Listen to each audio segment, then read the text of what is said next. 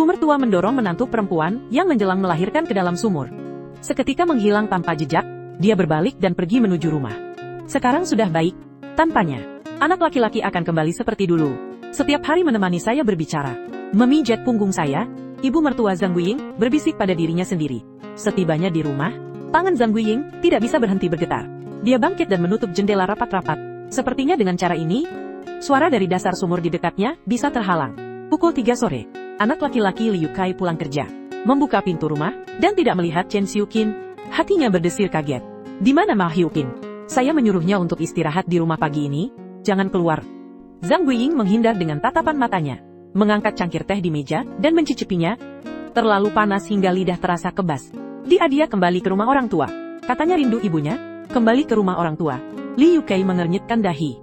Dia bahkan berbicara dengan saya kemarin. Ibu mertuaku minggu ini pergi ke kota untuk mengunjungi kerabat. Kenapa tiba-tiba kembali? Dan dia juga tidak membawa ponselnya. Pengisi daya masih di tepi tempat tidur. Sambil berbicara dia ingin keluar. Aku pergi melihat. Jangan sampai terjadi sesuatu. Zhang Guiying segera menariknya. Suaranya terasa tegang. Jangan pergi. Dia hanya sedang marah padamu. Dia merasa kamu belakangan ini tidak menemaninya. Dia akan kembali beberapa hari lagi. Liu Kai tidak mendengarnya.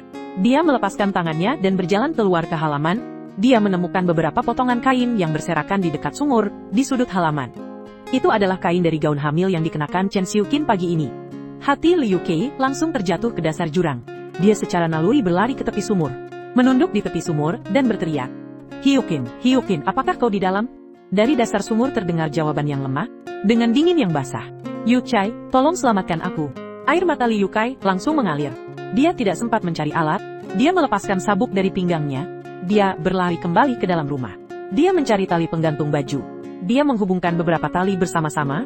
Satu ujung diikatkan pada pohon huai tua di tepi sumur. Ujung lainnya diturunkan ke dalam sumur. Xiuqin menangkap tali tersebut. Aku tarik kamu ke atas. Jangan panik. Apakah anaknya baik-baik saja? Anak itu sepertinya menendangku. Suara Chen Xiuqin semakin lemah. Dia memegang tali itu. Dia berusaha memanjat dengan sisa tenaga terakhirnya. Liu Kai merunduk di tepi sumur. Tangannya menjulur dan menangkap pergelangan tangannya. Tangan itu dingin, tak ada sedikit pun suhu. Tiba-tiba terdengar langkah di samping. Itu adalah ibu mertua Zhang Guiying. Dia melihat Chen Xiuqin di dalam sumur. Diangkat sedikit demi sedikit. Wajahnya pucat seperti kertas. Ibu, bagaimana bisa kamu melakukan ini? Suara Liu Kai bergetar. Dia memeluk Chen Xiuqin. Pakaiannya basah kuyup. Perutnya masih bergerak perlahan. Dia hamil dengan cucumu. Bagaimana bisa kamu tega melakukan ini? Zhang Guiying mundur 2 langkah. Dia menabrak pohon huai. Kesegaran dari batang pohon itu terasa melalui pakaiannya. Saya tidak sengaja. Saya hanya ingin kamu menemani saya seperti dulu. Dia merebutmu. Merebut. Liu Chai membawa Chen Xiuqin masuk ke dalam rumah.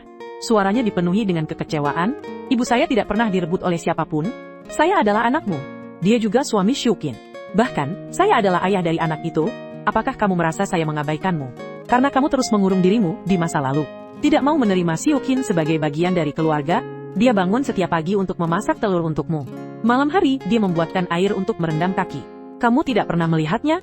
Ketika ambulans tiba, Chen Xiuqin sudah terjatuh dalam keadaan koma. Dokter mengatakan dia tenggelam terlalu lama.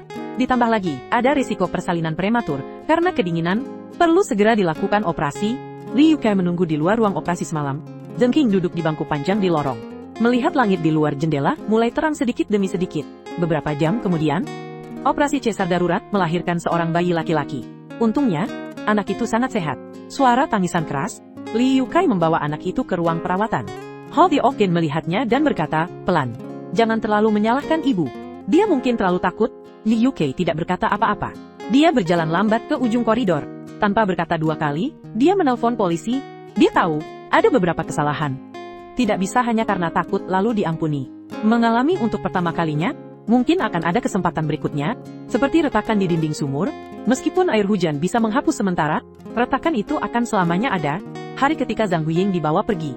Cuacanya sangat baik, sinar matahari menerobos jendela dan menerangi ruang perawatan. Chen Xiuqin memeluk anak itu. Melihat keluar jendela, tangan kecil anak itu menggenggam jari-jarinya yang lembut. Liu Kai berdiri di sampingnya dan berkata pelan, Xiuqin, jangan takut. Kedepannya, aku akan melindungi kamu dan anak, menunggu kamu keluar dari rumah sakit. Kita akan pindah tinggal ke kota kabupaten, berganti ke lingkungan yang aman. Meskipun begitu, di hari-hari mendatang, Liu Kai dan istrinya, Chen Xiuqin, Juga sering membawa anak untuk mengunjungi ibu tua di penjara.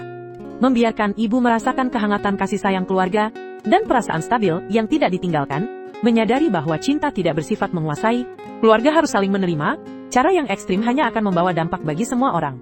Membawa penderitaan dan siksaan yang tidak perlu, hanya dengan melepaskan obsesi, belajar untuk benar-benar memahami, memberikan dukungan, barulah dapat memperbaiki keretakan keluarga.